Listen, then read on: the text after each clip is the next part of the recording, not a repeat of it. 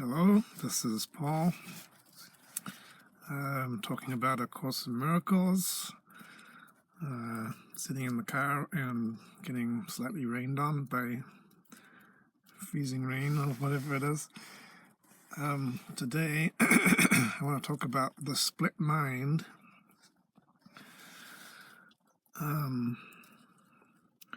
This is quite a big topic in the Course, and I don't hear a lot of people talking about it. Sometimes you hear a little bit about the separation and how we're separate from each other and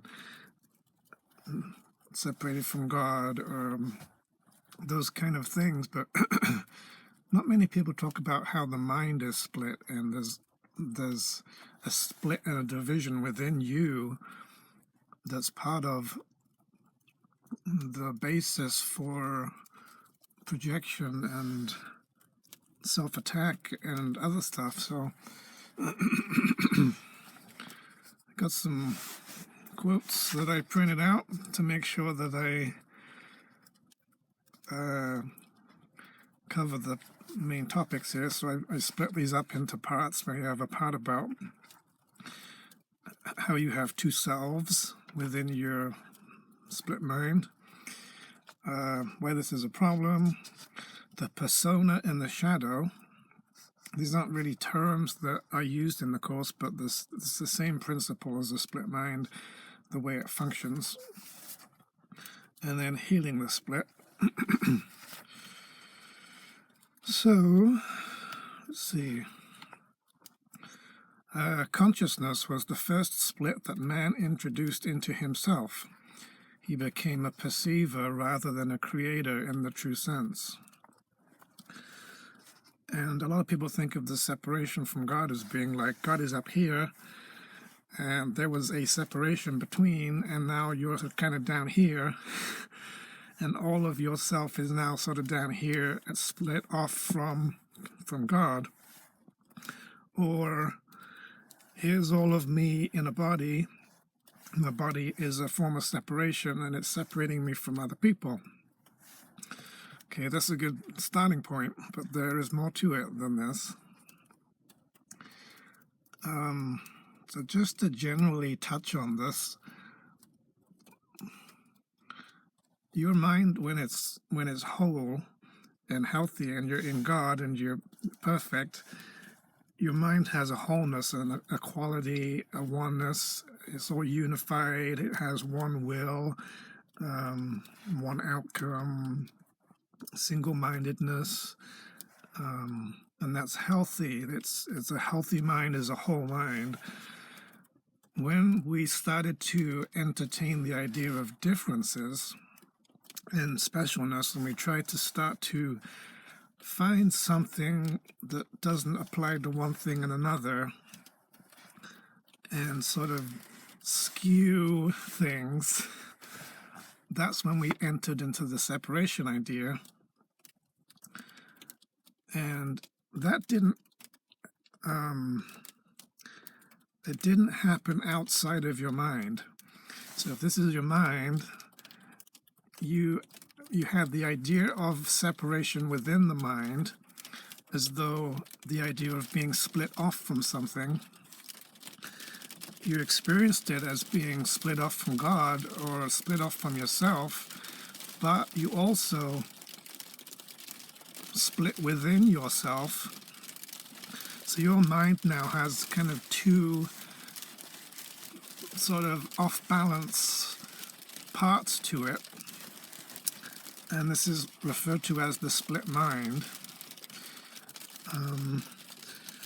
It's what happened at the beginning of descending into the dream. It happened where the holographic omnipresent quality of heaven fluctuated a bit, and there started to seem to be some slight things over here that weren't over here, and vice versa, and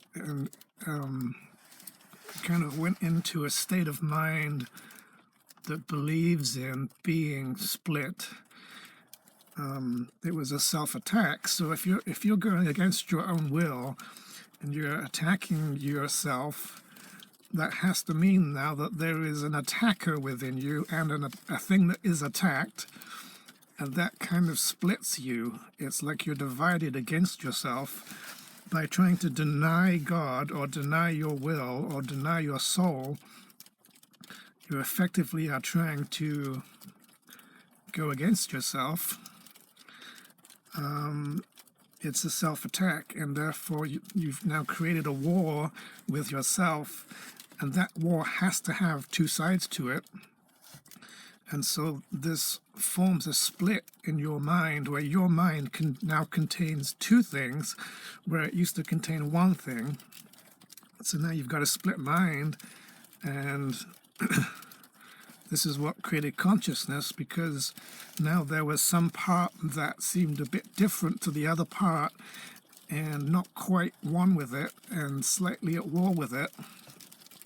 So now this one part seems to be looking upon the other part as if it's sort of not part of itself.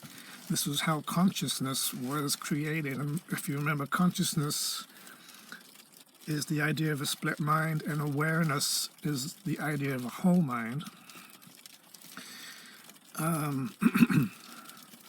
So we actually dreamed of being split within ourselves and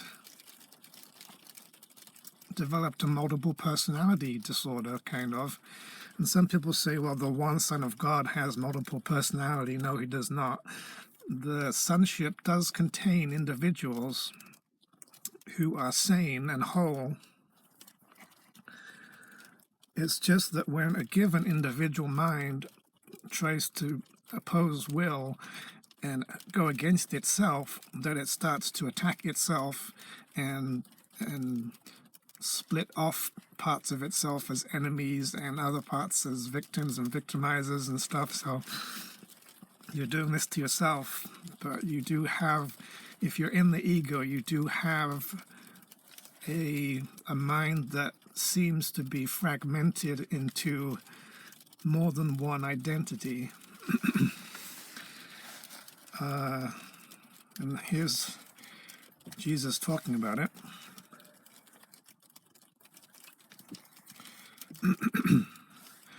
Your mind is one with God's, but denying this and thinking otherwise has held your ego together, but has literally split your mind. As a loving brother, I am deeply concerned with your minds, and urge you to follow my example as you look at yourselves and each other and see in both the glorious creations of a glorious Father. Here's another quote. Although you are one self, one son, one of many sons, you experience yourself as two, as both good and evil, loving and hating, mind and body. So here mind is the idea of wholeness and unity with everything, and body is the idea of being separated off and isolated from the whole. This sense of being split into opposites induces feelings of acute and constant conflict and leads to frantic attempts to reconcile the contradictory aspects of this self-perception. This is how you're looking at yourself, as if you're seeing yourself as if you have more than one part to you. You've sought many solutions to this, none of them have worked. Here's another quote. From an idea of a self as two, there comes a necessary view of a function split between the two. So now each of those parts of your mind that seem to be sort of different to each other, remember the separation took place within your mind. It's not really to do with, you didn't totally go outside of God and therefore you're no longer in God. It's more like you're still in God, but you created a separation within yourself as self-attack.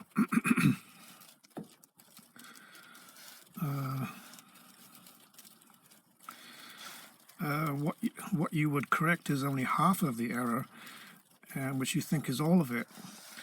And on this point, I found that the part that you keep within you that you don't project, that you think is yourself, and the part that you try to get rid of, that you attack, that you think is not yourself, and you put it onto others, you tend to think then that the only thing you need to fix is the error that you see in others, or the other self, the second part of your mind, and therefore you don't realize that also the other part, which is doing that judging, thinks of itself as perfect and innocent, simultaneously also is part of the problem, because it isn't the fact that there is like a sinless self and a sinful self.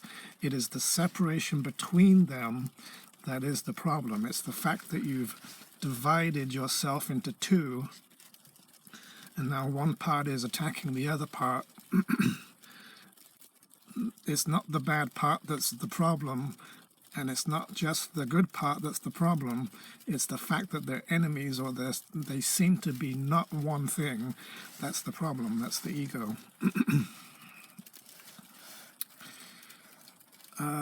So when you have split off part of your mind and now see it in your brother, it says your brother's sins become the central target for correction, so that your errors and his are seen not as one. So you then start trying to correct your brother and thinking he's the one who needs to be fixed and not you. In a split mind, identity must be divided. Nor can anyone perceive a function unified which has conflicting purposes.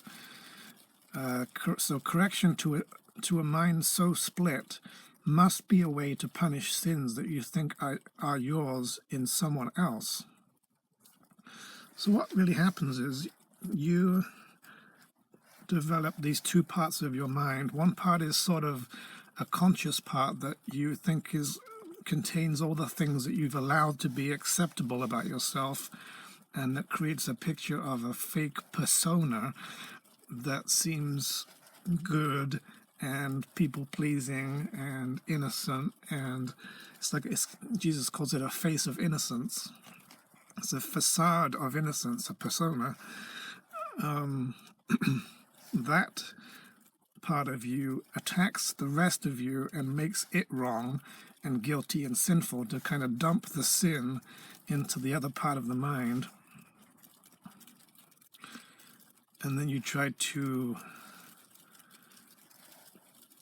because you identify with the first part of that mind as being, this is who I am, and you have disassociated and cut off the other bad part as this is not who I am, the good part looks at the bad part and says, the bad part is outside of me, therefore it's outside of my body, therefore it's in someone else, therefore they're the bad thing.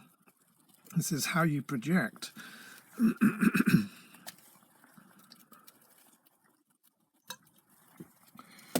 So because you've got this split in your mind, and one part of you thinks this is myself, and the other part has been made unconscious and in the dark and has become your shadow, kind of the opposite of the persona,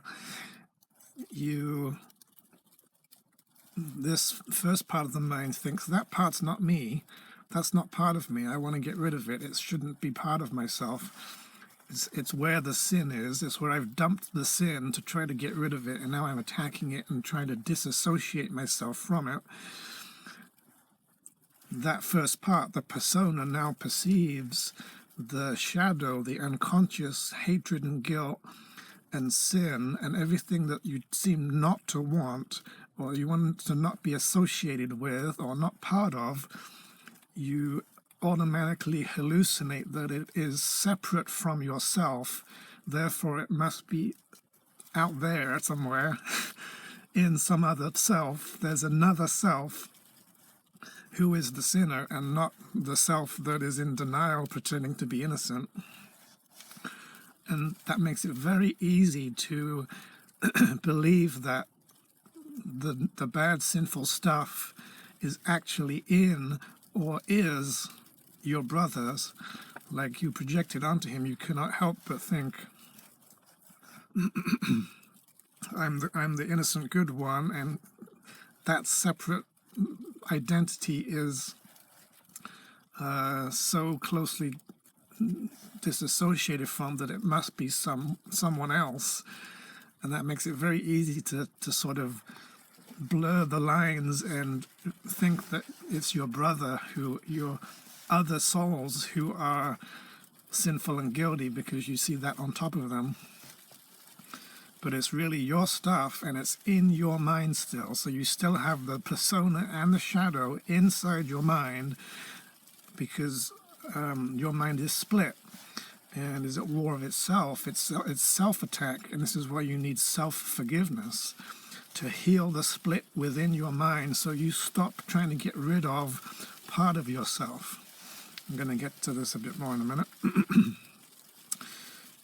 This is quite evidently a mental split in which you have attacked the integrity of your mind and pitted one level within it against another.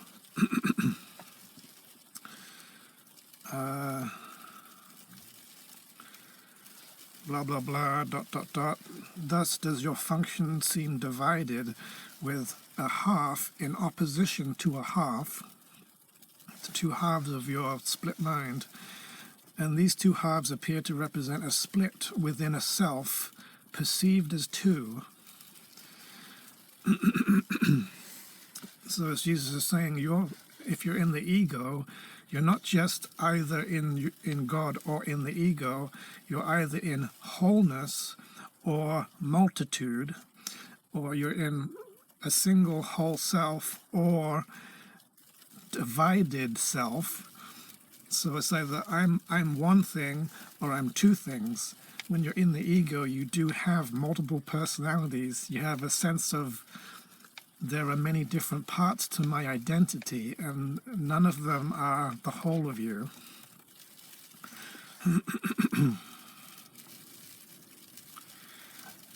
I'm going to skip this one. So the persona and the shadow. What the persona does, okay, there's like right after separation, and your mind becomes split, and one part of you seems to have to be slightly different to the other part. In order to sort of create this illusion that there are two parts, this part has to somehow be not quite the same as this. So the persona tends to be where acceptable, good illusions of innocence, successful, everything's going right, people-pleasing, sort of a state of denial, but a state of sort of a pretend self that is doing well, or generally associated with being good. That all kind of sort of separates off into the persona, or you could say that the mind, the whole mind, splits off part of the mind in an attempt to get rid of yourself. So self-attack and separation from God isn't just a matter of God's here and I'm separate from God and now I'm down here. It's more like, here's my whole mind.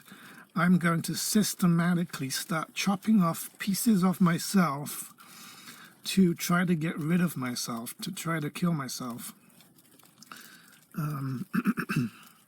So what the persona does, this idea of the conscious self that retains the good bits, what it judges as the good bits, it's responsible for having chopped off part of your mind, sort of projecting onto it everything that you think is bad and wrong and sinful and guilty.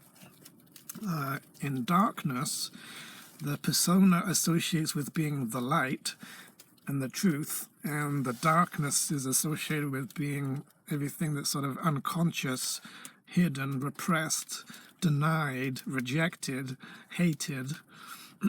It's the part, so the persona hates this other part of you and sort of turns it into a symbol for the place where you store your self-hatred, it makes your persona look as though it is the most innocent and harmless place in your mind where it can do no wrong, and it's perfect, and it's innocent, and it's nice, and people pleasing and everything, putting on a facade. And at the same time, it is responsible for attacking the rest of you by judging that the rest of you is terrible and bad and sinful.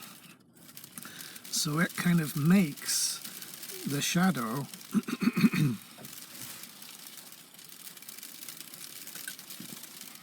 and the shadow is the parts of yourself, the parts of your mind that you, the other part of you, keeps attacking and saying, that's where the sin is, that part of me is not good enough, that part of me is not perfect.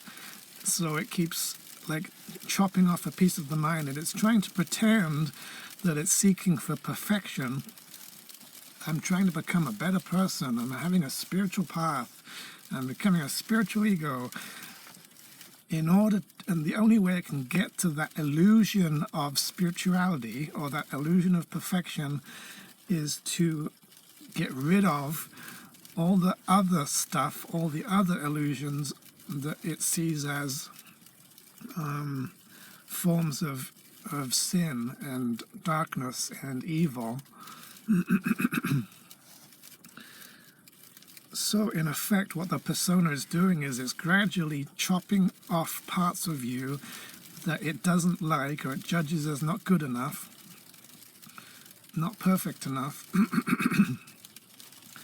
so that it seems that what's left is a more perfect self.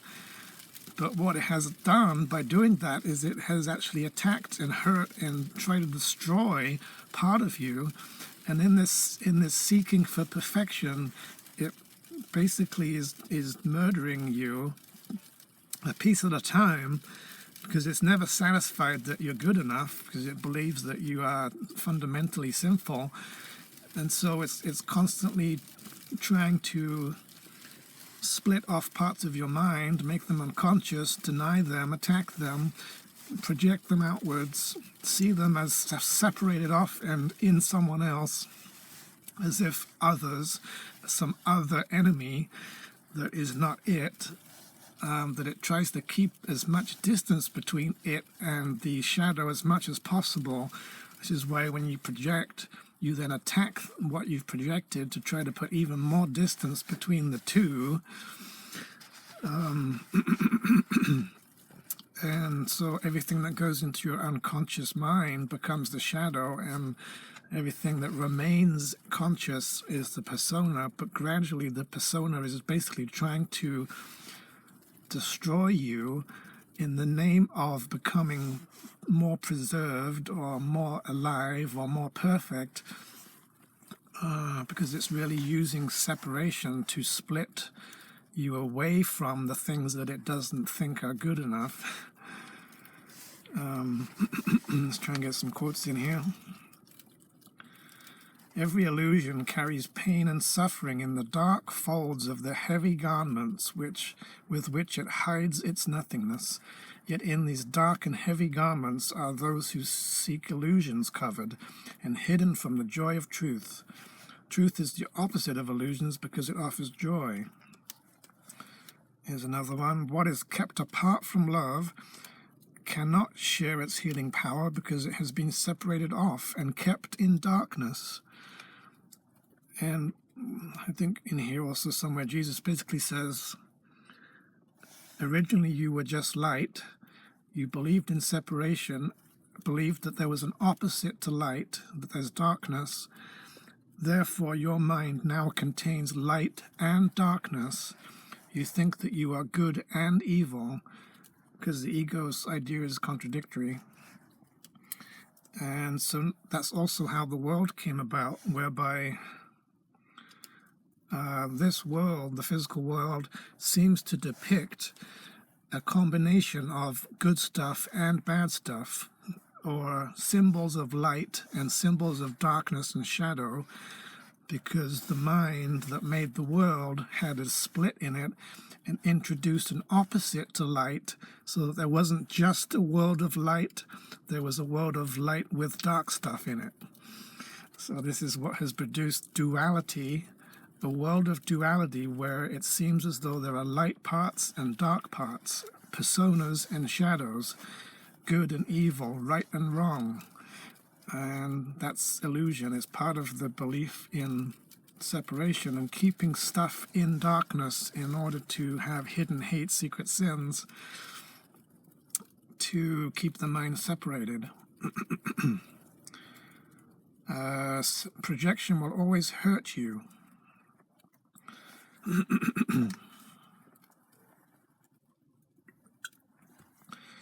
It reinforces your belief in your own split mind, and its only purpose is to keep the separation going.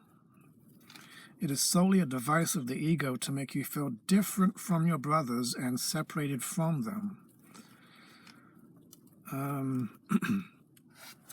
So your persona denies part of yourself, makes it unconscious, hates it and attacks it, dumps all of its shit and its judgment onto it, hurting yourself, and tries to keep the two parts separate and different, and then projects that unconscious dark shit away from itself, causing it to go out.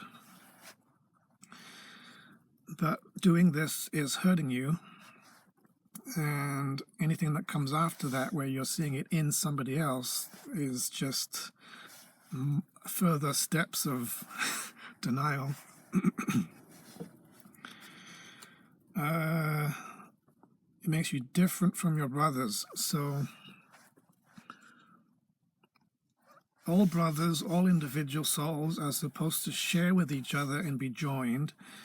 Separation comes between you by believing in the split mind, because the split in the mind didn't just happen to the you that's in your body.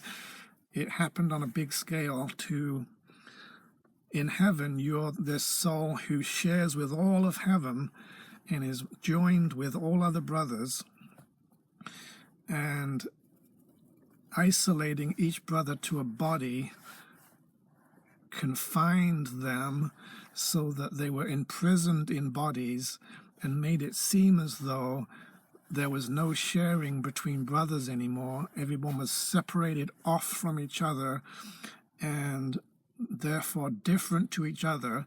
And this is what bodies are. Bodies are the idea of sin made flesh, projected outwards. So they were made to identify you as different to others, therefore not equal to them, therefore not brothers but strangers. You cannot learn simultaneously from two teachers who are in total disagreement about everything, Holy Spirit and ego. They're teaching you entirely different things in different ways.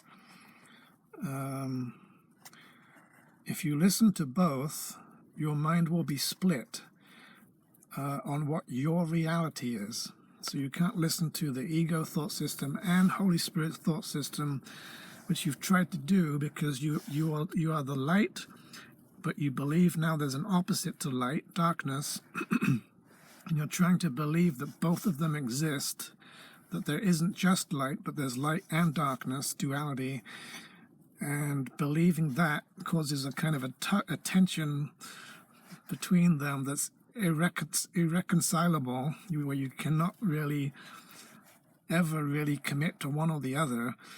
And it seems that both of them are true, therefore they're both false, therefore they're at war with each other.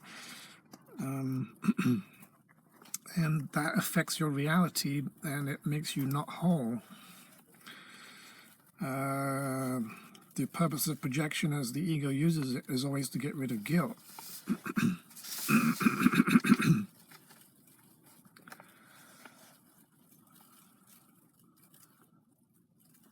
If you are to retain guilt, as the ego insists, you cannot be yourself. So you have to project it in order pretend to get rid of sin, but it keeps it in your mind. When you project onto others, no longer does it matter what he does, for your accusing finger points to him unwaveringly and deadly in its aim, but it points to you as well. This other finger points to me. But this is kept deeper in the midst, below the face of innocence. So underneath the persona part of your mind that really is murderous, but looks like the most harmless, unmurderous self. It's the fake innocence that was used to cover up guilt. The basis of all victimhood. The persona sees itself as a helpless victim that's weak and frail and can't do anything. And the shadow that gets projected, the split off, hated part of mind, is considered victimizer or attacker or abuser or punisher, person who does something to you against your will. Let's see. All that's possible in the dark world of misery, the world, is to select some aspects out of it, see them as different, and define that as joy. So you try to split off the world as well, and say this part of the world is joy, and this part of the world is where the evil is. Now there's good parts and bad parts, persona parts, shadow parts, innocent parts, guilty parts, things that are right, things that are wrong. This is all the projection of your split mind, seeing your split in the world, seeing the interplay between the parts of your mind projected outward, perceiving your mental content in the world and saying, I don't want that part of me, but I do want that part of me. That's what you do whenever you select to approve of certain illusions and reject others. That it's you against yourself.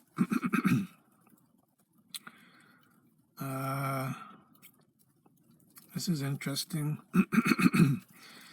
Separation is merely another term for the split mind. It was not an act, but a thought.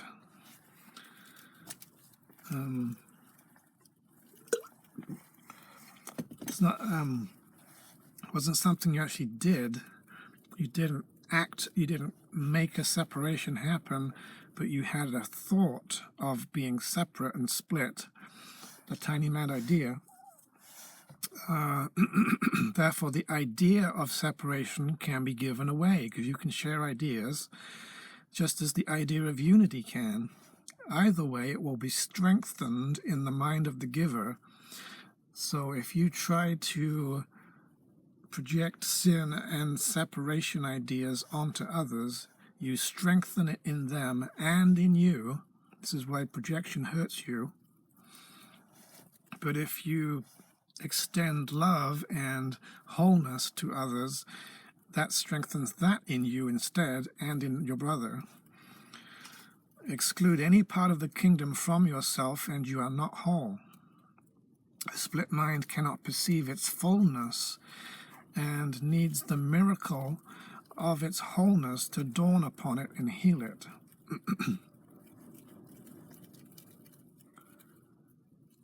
In this world, because the mind is split, the sons of God appeared to be separate, nor do their minds seem to be joined. In this illusory state, the concept of an individual mind seems to be meaningful, and the Course describes it as spirit and ego. Having your own mind doesn't mean it's what he's referring to as an individual mind here. What he means is an isolated mind that has been confined to a body, causing you not to be sharing with other minds. The sons of God appear to be separate. There's still many sons. So when your mind has this split and you're against yourself and you haven't forgiven yourself and you still hate yourself and you've fallen for the trap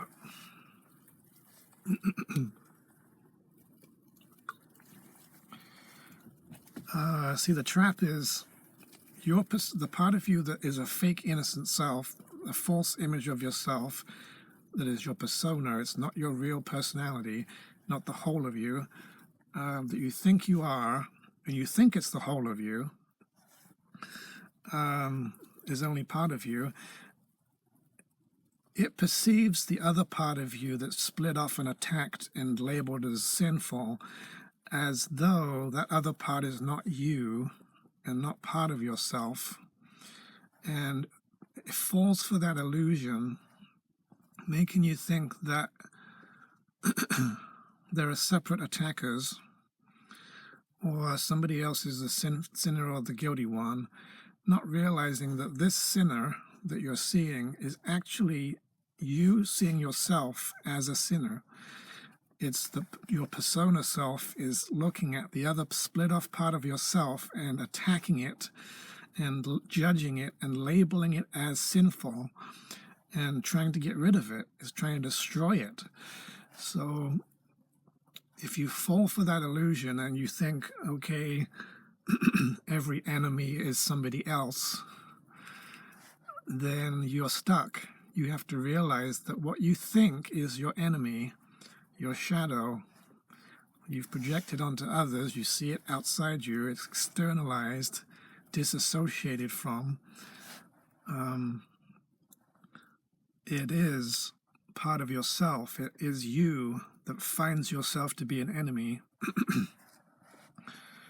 which is why you need to forgive that thing and reintegrate it and undo the separation between the persona and the shadow so that they don't have differences and therefore do not exist as two separate states, and therefore your mind can go back to being whole, in which the shadow and the persona disappear because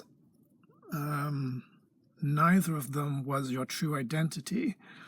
But when you have a split mind, you literally think that your identity is this persona self, and this other identity is the shadow, and it's not you, but it is. You have two identities, and you need to get them to love each other so that there can be healing and a return to wholeness in which there are no split parts.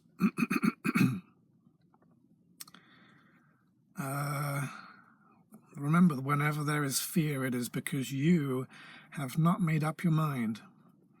You're in two minds about something. That's where that comes from. One part of you wants to do this, another part of you wants to do that. You're going against your will. You perceive that somebody else is going against your will. You are not fully committed. You still believe in differences. You think this part of the world is going to be better for me than this part. And so you can't make up your mind because you can't choose. You can't find a sense of certainty and wholeness and peace and fearlessness in either of these two choices because they are different from each other. Neither of them contains all of the wholeness. So you cannot trust either of them, makes you afraid. You cannot make up your mind. You can't choose and decide because you're in indecision, and indecision is a split mind. You see option A and option B, but option A doesn't seem to contain B, and B doesn't contain A, so you're going to have to sacrifice and compromise. And that means you inherently know that neither of these two options are going to bring you peace. Because if you choose this one, you exclude this one. This becomes persona, this becomes shadow, and now there's still a split off part of your perception that you have rejected, and you've accepted the other part, but that's not going to make you peaceful. And so whenever there's fear, it's because you have not made up your mind. Your will is split, and your behavior becomes erratic. So if you're choosing between illusions, you can't have a sense of of truth and certainty and wholeness and peace about it, you have to realize this is an illusion here. There aren't really two choices. This illusion and this illusion, this identity and this identity are not really two things. They are illusions of two things, pretending to be two things, seeming different to each other, but secretly there's only one self here, one whole mind behind this illusion, and only choosing that whole mind will bring you peace and freedom from fear.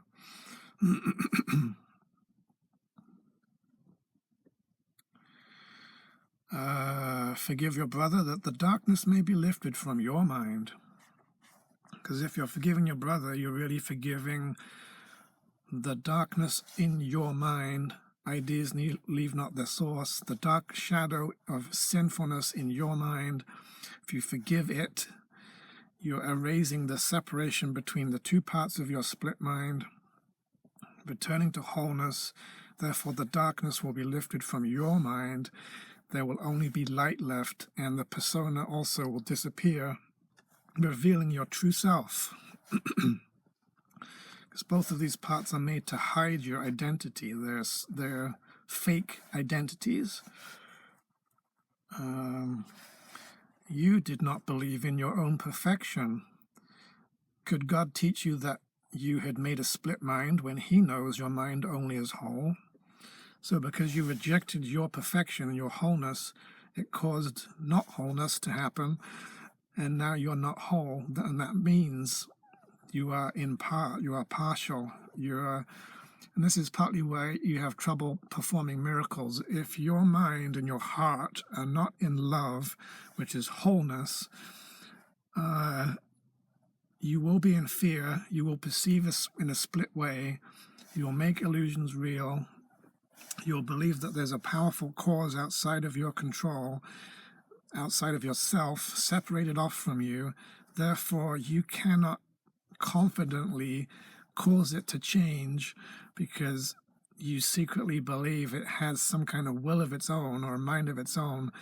And so you're afraid and you sort of doubt whether you can simply say, change, be healed. You think that there's something about it that is going to resist you and it's going to choose against you and oppose your will. And so if your will is not whole, you're not willing lovingly, then you are willing against yourself, so you stop yourself from producing miracles. It's self-sabotage. You try to will in this one way, and then the other part of you that you have not integrated, that you think is separate and is in the sickness or whatever, projected, you will see it as against you and having power to stop you. And so the two wills collide. There's a stalemate, and therefore you literally are stopping yourself, because this is all an attempt to stop you from living, from existing. Splitting your mind is an attempt to put your will against itself so that it stops being able to will anything, to have any real creative ability. Miracles are creative. So when you're in a split mind, you're going to struggle to feel confident about miracle working, because you literally are basically fighting with yourself, and you'll try to force miracles to happen, and you'll get pissed off about it, and you'll try to dominate the problem or whatever. You'll try to go up against it and be powerful and force it away, and it will stay there because really there's part of your mind that says, no, this is not going to change, and I believe it's sick, and it really is real and separate. And so that sort of cancels out your creative power and stops your miracle from working. In order to work a miracle, you've got to be in a single-minded state, and single-mindedness means whole-minded, and You cannot be whole-minded unless you're in love, because love is wholeness, and it's a healed, holy, whole state. If you don't have love in your heart, you cannot work miracles. You've got to love your brother in order to work miracles. If you're holding back, you're keeping some secret sins, or you've got blocks to love, or you're in denial, or you're afraid of yourself, afraid of your own will, or you've given your power away, or you see yourself as a victim, it's going to stop miracles. Miracles are supposed to be happening all the time. If they're not, something's gone wrong. This is what's gone wrong. You've split your mind off and it's against itself. And now miracles are getting stopped because they cannot be unopposed. And there's somewhere in the Course where Jesus says, a mind that is whole is unopposed because it's not opposing itself. So it simply goes in one direction. It is certain. It doesn't contradict itself. It's single in its aim and its belief and its focus. And therefore, because it doesn't stop itself, there's nothing else to stop it, because it doesn't believe in enemies or external causes or powers outside of you or reasons why something can't be changed. It then becomes effortless to simply create change, healing, to just implement it directly. Almost like I keep thinking of it as like an artist or a painter who simply takes the brush and paints a picture. Your mind paints the picture of the healed state when it's not opposing itself. It just implements truth. It just creates with love and heals directly, and nothing can oppose it. And then it becomes easy. It's supposed to be easy and natural to be able to perform miracles. It's part of your creative function. And if you don't have an opposition and you're not against your will and you don't have a split mind and you're in love and wholeness, there is nothing outside of you that can stop you creatively, powerfully causing things. So there's a course in cause and not effect. You become just the cause, and now you simply create miracle, healing, love, resurrection, raising the dead, moving mountains, whatever it is. But you can't have a split mind, otherwise it's going to, you're basically going to tie your own hands and stop your own will from having power to produce consequences. And that's why miracles don't work often. That's how they fail, simply on the basis of you're not perceiving with love, you're not in wholeness, your mind is separated, your will is divided, you cannot make up your mind, you're in doubt, you're uncertain whether it's going to work, and that all goes against creative power of will and the power of love. So this is why we need to become loving, return to being whole, and then miracles become natural. There's nothing stopping you, literally nothing stopping you from simply expressing, unopposed, and implementing whatever you choose. And this is the state in which nothing happens to you against your will. Whatever you decide to happen, happens. Whatever you don't decide to happen does not happen. Myself is ruler of the universe, and this is the state of certainty and power and miracle working and being completely masterful over this whole world, in a state of strength and miraculousness, and it being easy to simply express what it is that you want to happen. Make it so. Implement it. Create it. And with nothing opposing you, it's simply just an outward flowing of your power, and it's just, you just extend love, and now love is out there where it didn't seem to be before. There's a healed body where there seemed to be a dead body. I choose that mountain is over there. Mountain moves. Nothing against your will. So I want to just kind of wrap up a bit here. I'm getting a bit long again. I'm going to get back. I do have a section about healing the split. I'm just going to quickly go through. Make way for love, which you did not create, but which you can extend. On earth, this means forgive your brother, that the darkness may be lifted from your mind. I think I did this one already. The thought of peace was given to God's Son the instant that his mind had thought of war. Split mind, two parts, warring sides, war with yourself, self-attack. There was no need for such a thought before, for peace was given without opposite, and merely was. But when the mind is split, there is need of healing, so the thought which has the power to heal the split, Holy Spirit, became a part of every fragment of the mind that still was one. Even if you split off parts of your mind, there's still a certain kind of a wholeness to them.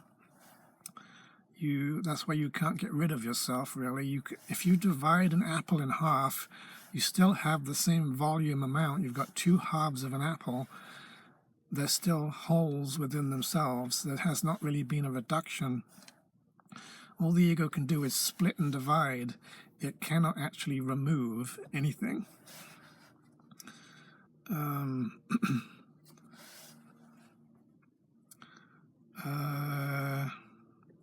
Because the split mind did not know itself and thought its identity was lost. So when you return to wholeness, your identity goes through a shift.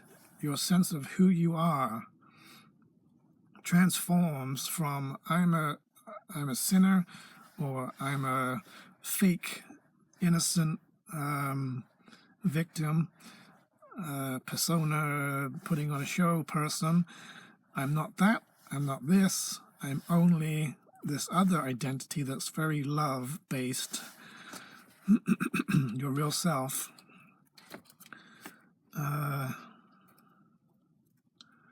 Skip that bit. The acceptance of guilt into the mind of God's Son was the beginning of the separation, as the acceptance of the atonement is its end.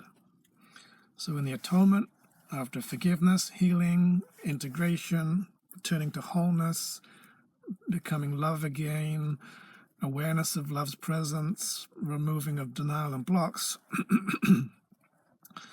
that's where you heal the separation, you heal the split in your mind. It's not just separation from God, it's not just separation from brothers, and it's also separation from yourself and separation within yourself, fragmentation of self.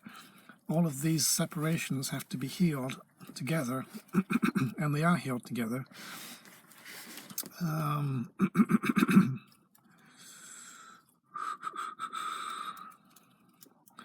Let us not compare ourselves with them, brothers, for thus we split them off in our awareness from the unity we share with them, as they must share with us. So any belief in separation basically turns into a split somewhere, a divide between you and them, between you and God, you and yourself, your mind and itself. And that comes about through comparison. That teaches further ahead than I am, always makes you feel like I'm not good enough. Don't do that. That's comparison, it's ego, it's attack. We're all equal. And here's a good part. This is a bigger paragraph, but disassociation is a distorted process of thinking whereby two systems of belief which cannot coexist are both maintained. Light and darkness, truth and ego. It is being recognized that if they were brought together, if you actually, it's kind of talking about persona and shadow. If they were brought together, their joint acceptance would become impossible. Because what happens is, because you keep the shadow in the dark and keep the persona in the light, because if they were to be next to each other in the light, you would see clearly that their differences are illusions and they're really part of one thing, and that would extinguish the separation.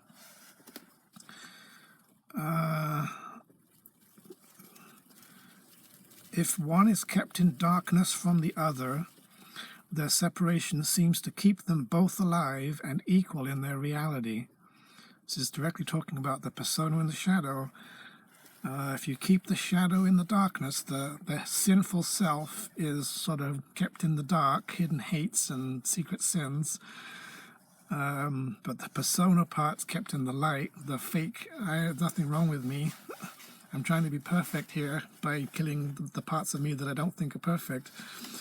Only by keeping one in the light and one in the dark can you maintain both, and therefore the stuff you deny and put into your unconscious does still stay in you, and then you project it and it's still in you. So they have to be both brought into the light to be able to see them together, to recognize that they're not two things and that you have one mind.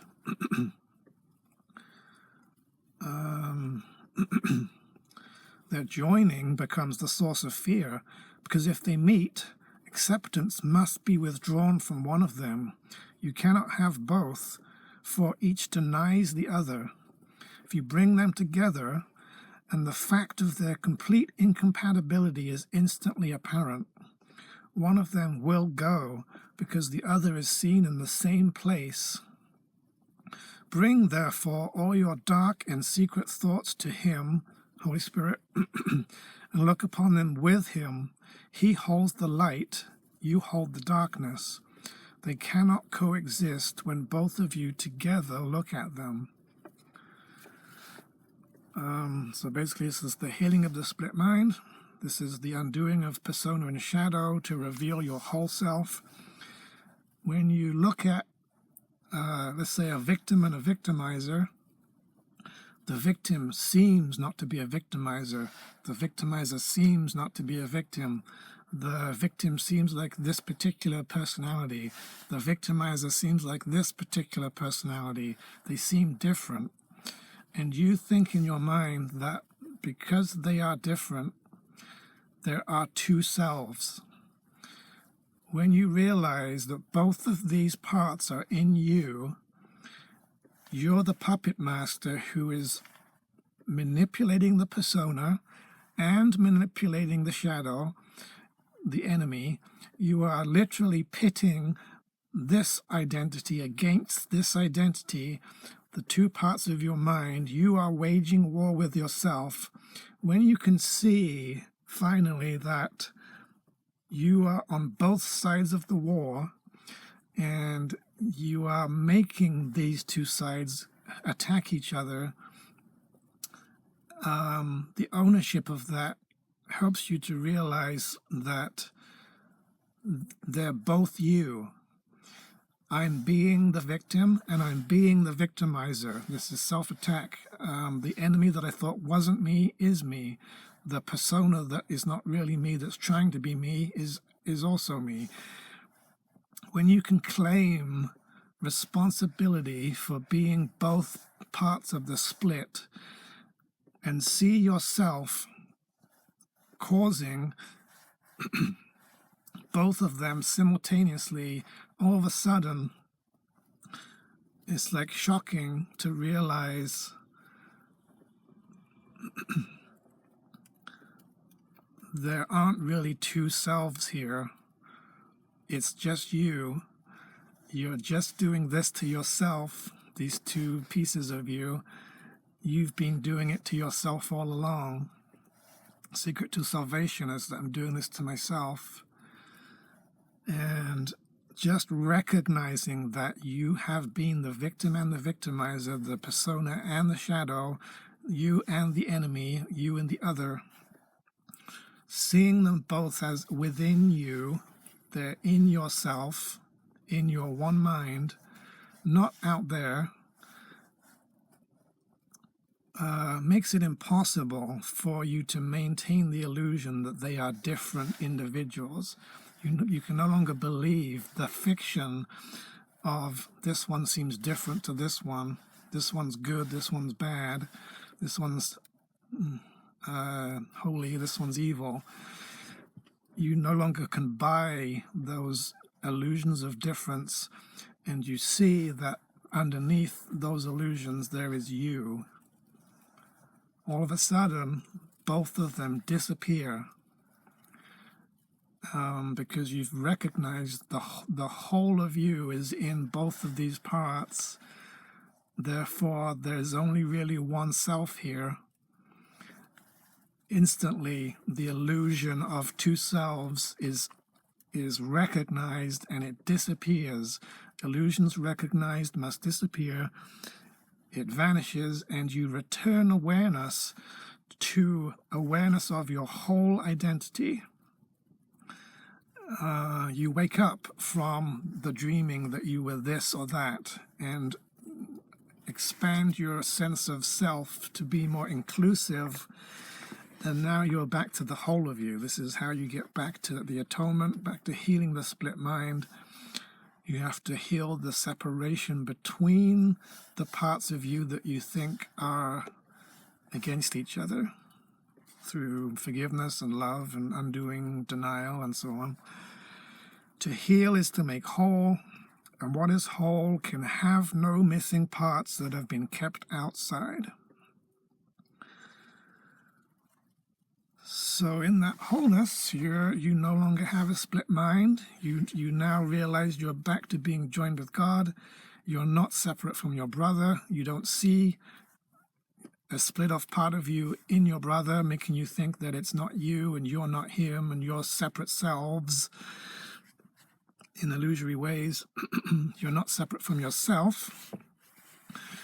And you're back to happiness, wholeness, peace, integration, being all of you at once with no hidden bits that are kept in the dark. You're just light. You're back to the duality ends. All that remains is the light of heaven, and you're back to being yourself, your soul, as God intended. I'm still as God created me underneath it. So I think I'm going to stop there. I got to get back, so and it's cold. So that's the split mind, and the split mind is operating in everybody with an ego. It's not just about you being fully separated off and projecting. It's that there's stuff going on within you, splits within you, having a war with yourself, stuff that's in the persona in the light, stuff in the darkness where you've put your sin, made it unconscious, and there's a war going on within yourself that has to be healed so you can return to wholeness and peace. It's got nothing to do with other people. It's nothing to do with there's another enemy. There's nobody separate that's attacking you. It's yourself. Secret to salvation. So that's the split mind. That's the way the ego mind is. It isn't a single mind. It's a mind with parts to it, separate parts that are against each other. The ego is always against itself, and it attacks itself. That's why it's insane. So God bless. Hope this was helpful. See you soon.